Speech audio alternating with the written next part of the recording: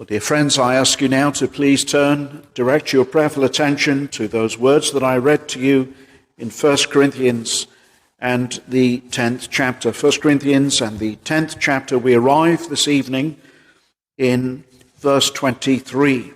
Having spent several sermons or messages in this particular chapter, and we remember, as we thought the first time we entered into this chapter, the context really is chapter 9 from where we began our reading.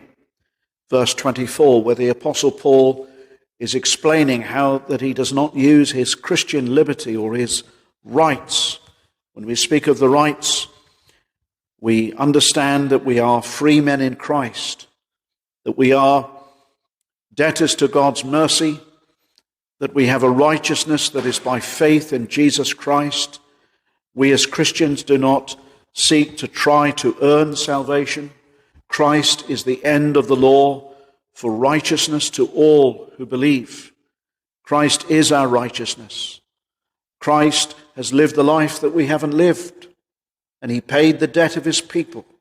He bore all of their sins in his body, and yet we are set free from the law, the condemning power of the law. In this sense, we're not under the law.